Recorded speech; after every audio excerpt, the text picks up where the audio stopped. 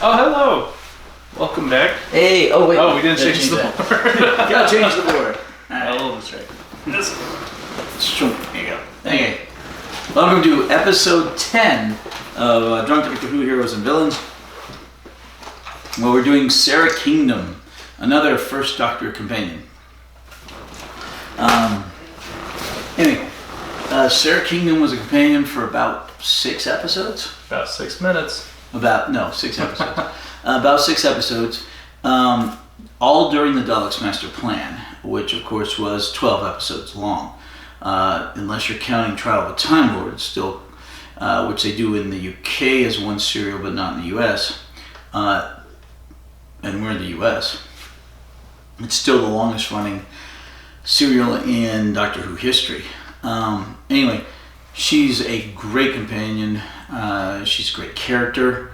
She is a space marine, not Games Workshop space marines, but Space like a military space. How much cooler would it be if she was there with the giant armor pauldrons? No, let's not go there. The chainsaw, the assault rifle. No, but she's in the military trying to save the Earth. Yes. From the machinations of the Daleks. Machinations. I say machinations. Yeah. Machinations. Yeah. You're saying like potato mash. Man. And the guardian of the solar system's evil plans. Something Chin. Yeah. Are we gonna have an episode about him? No. I think we determined he wasn't the main bad guy.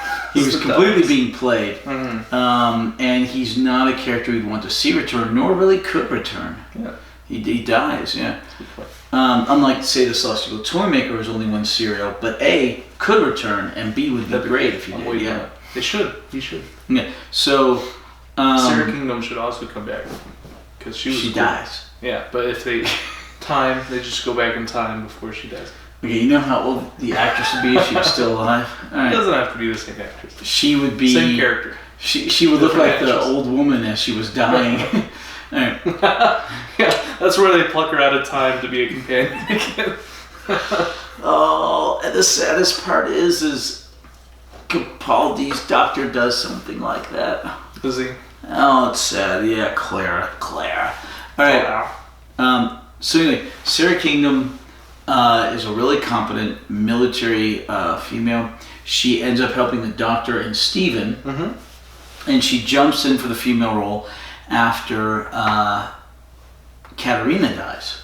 So it goes Vicky, Katarina, Sara Kingdom, all within a short period. Very short-lived. Yeah, short-lived.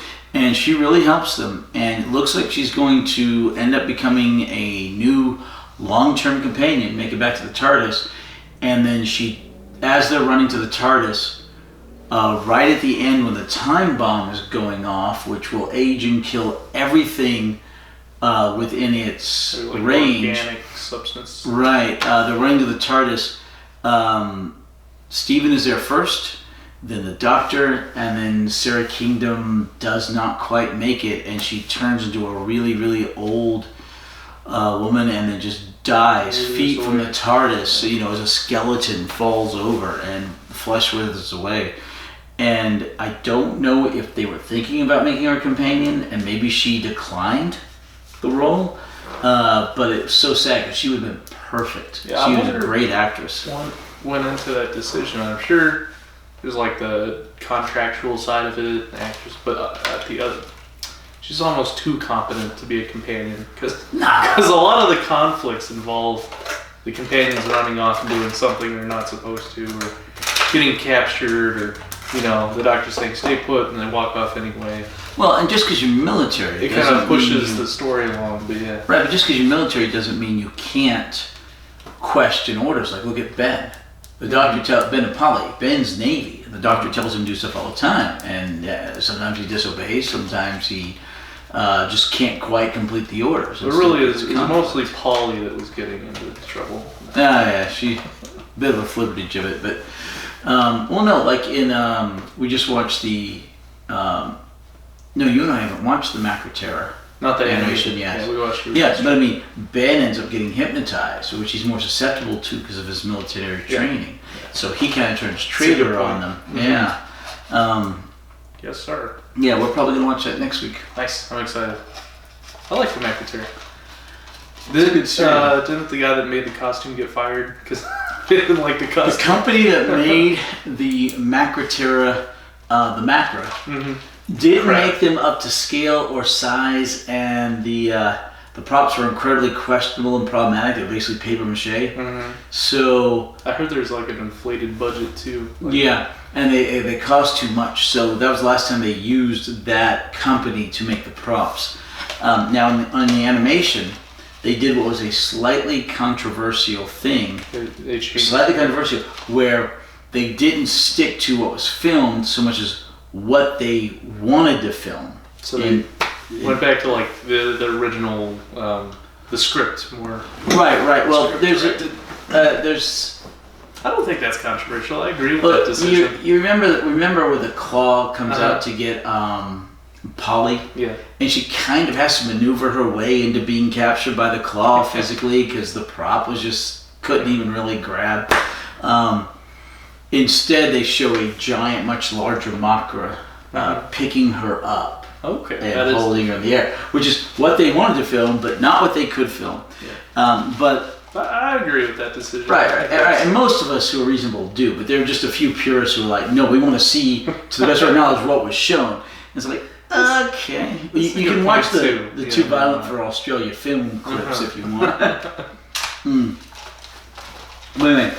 Sara Kingdom is probably flat out the most competent companion up to that point. I mean, yeah, because Susan was good, but she did get into trouble a lot of times. Ian and Barbara were good, but they're not. I mean, they're competent, but they're not super hyper competent the way Sara Kingdom was. Military minded, right? With her futuristic training and all that. Steven's decent. Vicky's a bit of the Susan kind of childlike ingenue scenario, and of course Katerina was nothing, not capable or competent at all, which is why they get rid of her. But seriously, Sara Kingdom is nothing. Sara Kingdom is up to that point the most competent and empowered companion, and self-reliant. She's incredibly impactful for the few episodes she it was really sad they couldn't convince the actors, I guess, to make it onto the TARDIS. Yeah, for whatever reason they threw her out. But I also attribute that time bomb to why the Doctor regenerated the first time. No. I mean, was that not Hartnell? Or was that Trout? That was Hartnell, but but hold on. The Daleks' master plan is like a season or two before the 10th planet where he regenerates. Yeah. But I mean, that's like it's a good season. Portion of his aging, I think. Yeah, you could do that. Because he says he's like wearing thin and stuff. Yeah. And then, the next serial, The Mask of St. Bartholomew's Eve, is pretty much just Stephen and the Doctor. Just the two of them. And then right at the very, very end, Dodo comes on the scene. Just right there, barely. That's the first time that there's not a female traveling in the TARDIS with the Doctor. Is for that one serial. After that, there's a female in there forever and ever and ever. Forever and ever and ever up until there's a brief period of time with Jamie and the Doctor, in just a brief till they get Victoria. But it's just like after a bit of poly, but it's just like that serial and then Victoria gets in. The same exact way this one serial and then the end comes in Dodo. But she's not there till the end. With Vicky's in pretty much that entire serial once they get to Victorian England. Yeah. Not at the very beginning when they're running around the airport, but once they get to about midway. Okay. And we talked about last episode, we can't wait till they animate Dalek's master plan. Right. But there's so many different... It's probably going to be a while. Yeah, there's so many different characters, so many different alien races. I can't even kind of make them look alike. A lot of episodes. A lot of episodes, yeah. It's an undertaking. And the Feast of Stephen is just gonna be crazy. Feast of Stephen. The Christmas episode, because it aired on Christmas. Where it's all you watching at home. Yeah, Merry Christmas. Where they go around through all the Hollywood bits and do the early Hollywood, and it's just a comedic Christmas episode in the middle of everything, which is the one Christmas episode in the old stuff, you know. Do you think they'll leave out the fourth wall break on the animation while they're changing I things? hope not. I pray not. They shouldn't do that. They should leave it the way it was, because it's just a special moment. It's a Christmas special. Yeah, it's Christmas, so it's allowed to be completely off the wall. Yeah. Okay, and we watched Wizards tonight. Wizards was awesome. Yeah, good movie. Very good movie. Last week we gotta have a podcast someday where we just sit down and talk about our whole movie list. We can. Yeah. Even movie podcast. Maybe when we catch up on all this. It's like, okay, we're running out of Doctor Who to talk about. We've done the heroes and villains. What do we want to do next? I won't remember the movies by then. I'll be like, what's Wizards? Well, we'll just have a third thing on our deal. We get the. Okay. Yeah. Right now on our website on YouTube, there's the top line is Drunk Doctor Who. Mm-hmm. The second line is recently uploaded, and I think the third line is Heroes and Villains. Nice. So if it's recently uploaded, it'll go into that one, and then if it's Drunk Doctor Who, it'll go there, and if it's Heroes and Villains, will go there. But then again, I think it starts at the beginning on the top and the bottom. Whereas the recently uploaded, you see the most recent one. Yeah. I think we can edit that if you want. No, I think it's fine the way it is. Because if you're a new person to the website, you want to start with the first one. Mm-hmm. And then you can just keep chaining them, or you can go to the big list and click wherever you were on the list. Yeah. If you're a regular, you've caught up, and you just want to go to the most recent that you haven't seen. Mm-hmm. So I think it makes sense the way it is. Yeah. Yeah. And then eventually maybe we'll have another line with like the movie stuff. That'd be cool. Yeah, because the movies keep coming up in our discussions. Okay. Anything else you want to say about Sara Kingdom? Yeah. Do you think we'll ever get a companion like that again, or have we? Someone that's, it's like an actually done right, strong female companion. Take charge. I like Sara Kingdom because she's kind of like the. I don't know the archetype to really, like a gunslinger almost, just like like the Doc Holliday of the group. Yeah, we do have. Well, you've seen we're in Joe Grant, right? Mm-hmm. Currently, after Joe Grant, we get Joe Grant. Sarah Jane Smith. So that's one of Sarah Jane Smith is really good and competent. Okay. And then later on, we get Rose is reasonably competent.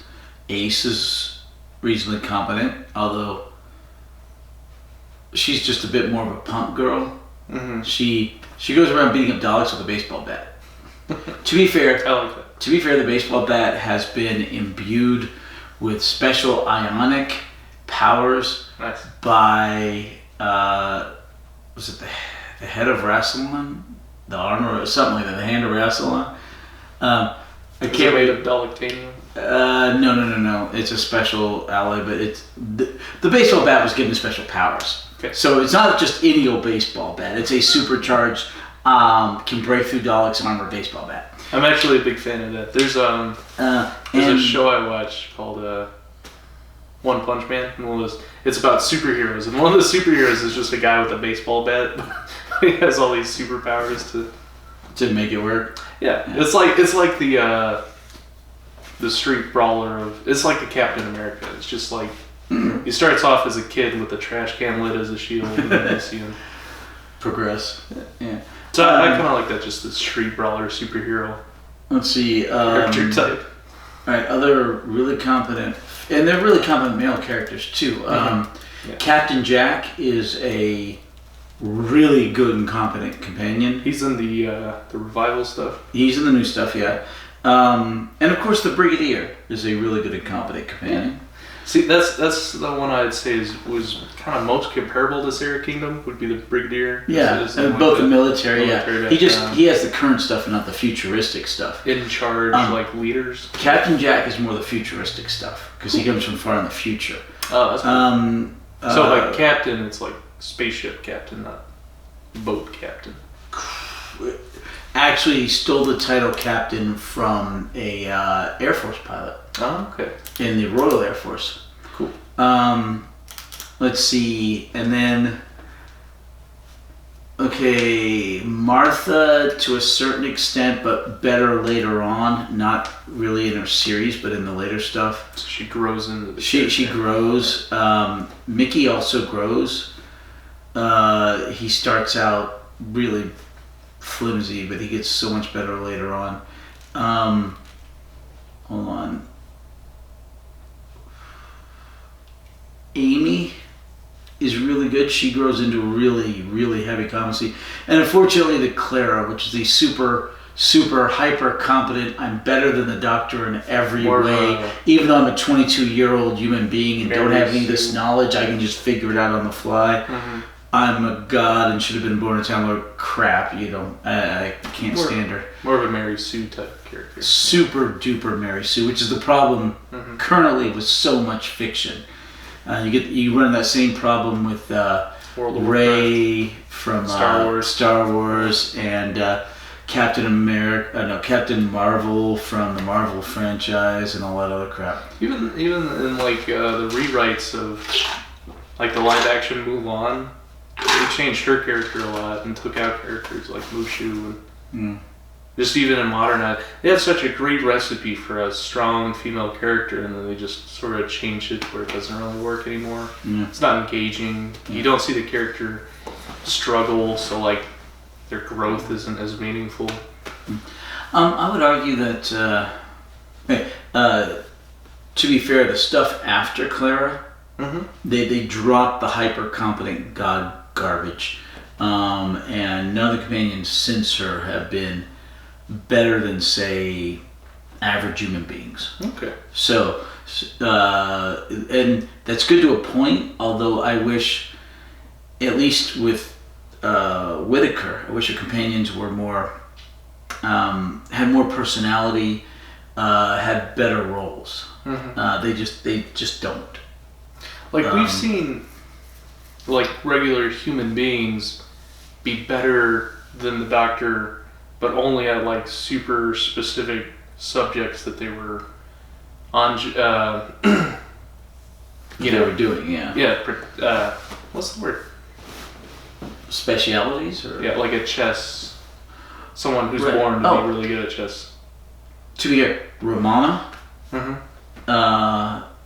She's also a Time Lord, and she is super competent as well, but she's a time lady, and she is right there with the Doctor on nearly everything. And in some cases, she's been to school more recently, so her knowledge is a lot better. And she does some things the Doctor just can't do. She's fantastic in that regard, but once again, she's a Time Lord. And even she is not more competent or better than the Doctor the way Clara comes along with later, but she is fantastic and she's a great companion, and she's there for a good while. Prodigy was the word I was thinking of. Like the math prodigy. Who was the math whiz? Vicky? No. Zoe. Zoe. She's doing like mathematic calculations, and then she did the math better than the Doctor did, but that's in part because the Doctor's like, oftentimes overconfident or doesn't trust machines. Well, Zoe's really great at math. But it's like this one specific thing. She's not like and Jamie, a Mary Sue. Jamie's really great at fighting. Yeah. But that's his wheelhouse. That's his thing. That's his thing. The same way math was Zoe's thing, right? Yeah. And later on we have another math whiz, Adric. And we have other companions that are good and bad at other different things. Yeah. And we'll get there. Sweet. I just like comparing and contrasting characters to other similar characters or opposite characters, but I just had to make you do it because I haven't seen all the other companions. So it's interesting. It makes me excited for True. what's to come. Right. And after the super crazy Clara, they drop it down to Bill. Bill's a female companion, despite the name Bill. Just a regular Joe. To a regular Joe or a regular Bill in this case, yeah. She's average. And they've got Nardal, who's... Nardal. And he starts out as an alien and then ends up as a robot. So like a cyborg? Kind of, yeah. Okay. But no, he's an alien dude in one episode. And they liked him so much, they brought him back for a series 10, and he's pretty much, at that point, a robot. But he's just an average. He's the comic relief. It's the RoboCop. Yeah, no, but he's the comic relief. And then in Whittaker's era, series 11 and 12, she has 3 companions, but none of them really have personalities. They're all kind of, the pea soup of the of characterizations. Yeah. One of them's supposed to be a cop, Yasmin or whatever. Mm-hmm. They never bring up the fact she's a cop. She never does cop things, One of them's supposed to have diaphoria or whatever, where they can't really balance well and stuff. And it never friggin' comes up. You ever watch Arrested Development? No. Oh, okay. Okay. There's someone on the show that has it. Oh, okay. Yeah. And then there's one, the older guy. He's the step grandfather of the guy with diaphoria or whatever, who's also an adult. Mm-hmm. But so 20, and the older guy's like 65. Mm-hmm. And he's you get taller when you get older. 40s, I hate that trope. 65. Yeah, no, you get younger. Yeah. But I was just going up generations. Okay. But anyway, actually the younger guy's taller because he's a tall dude. But anyway, the older guy, Bradley Walsh, plays him, and he's got the most personality, but it's just because Bradley Walsh is a good actor. Mm-hmm. I just don't think the scripts are that good for them, and I think it doesn't come through very well. But yeah, he does what he can with it. But the younger guy and the older guy have left at the end of series, or are leaving, or have already left, and now it's going to be Whittaker and Yasmin or whatever, Yaz, and there's a new guy joining them. Okay. Interesting. I can't remember his name. Cool. Yeah. Me either. I don't think they've repeated any companion names thus far. It has to get pretty difficult at one point. Eventually it will, but because they have all like these 3-letter names. Well, eventually it will, but the closest we have is Vicky and Victoria. That's pretty close. Yeah. That's close, but they're still different. But I don't think there's any. Because you have to names. assume Vicky is short for Victoria. Right, but not necessarily. The closest we get is the different canines. Could be short for Vikram. Canine Mark 1, Canine Mark 2, Canine Mark 3, Canine Mark 4. It's the same companion. Mm-hmm. It's just, let me leave this version of him in E-Space. Okay. Let me give this version to Sarah Jane Smith. Okay. This version got destroyed. Okay. Well, so let's just keep bringing out. I've got backups of this campaign. You ever watch Jimmy Neutron on Cartoon Network, the robot dog he had? Well, it's like The Simpsons. Yeah. You got Snowball 1 for the cat and Snowball 2. And then there's that one episode where they kill off the cat like 8 times. Oh. But they finally decide just to rename the Snowball 12 to Snowball 2 so they don't have to worry about changing everything. Oh, man. All right. Okay. I've seen that episode. Okay. But it sounds really dark. It is. All right. So next week or the week after, whichever one, we're going to be doing. We're going to do the bad guys. We're going to do the Celestial Toymaker and the Cybermen. Yeah, and then probably the week after. It's going to be a longer podcast. At least the Cybermen will. The Cybermen will. Well, the Celestial Toymaker is good too. Yeah. And then the week after that, we will do Dodo, which will be a short podcast. Doo-doo. And the Second Doctor, which will be a longer podcast. Yeah, talk about Trout. Yeah, and the week after that, Ben and Polly. Yes. Okay, so 2 separate podcasts. Now, right, we may have a week or two we're missing if we can get a poker game together. Yeah. Oh, I had so much fun last time. Yeah.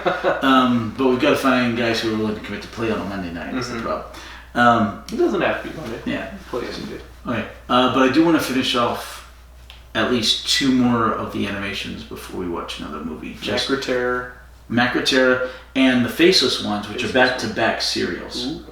And then next week, a week from tomorrow, is the release here in the U.S. of The Fury from the Deep. And then we'll watch that one probably in April. Nice, yeah. All right, cool.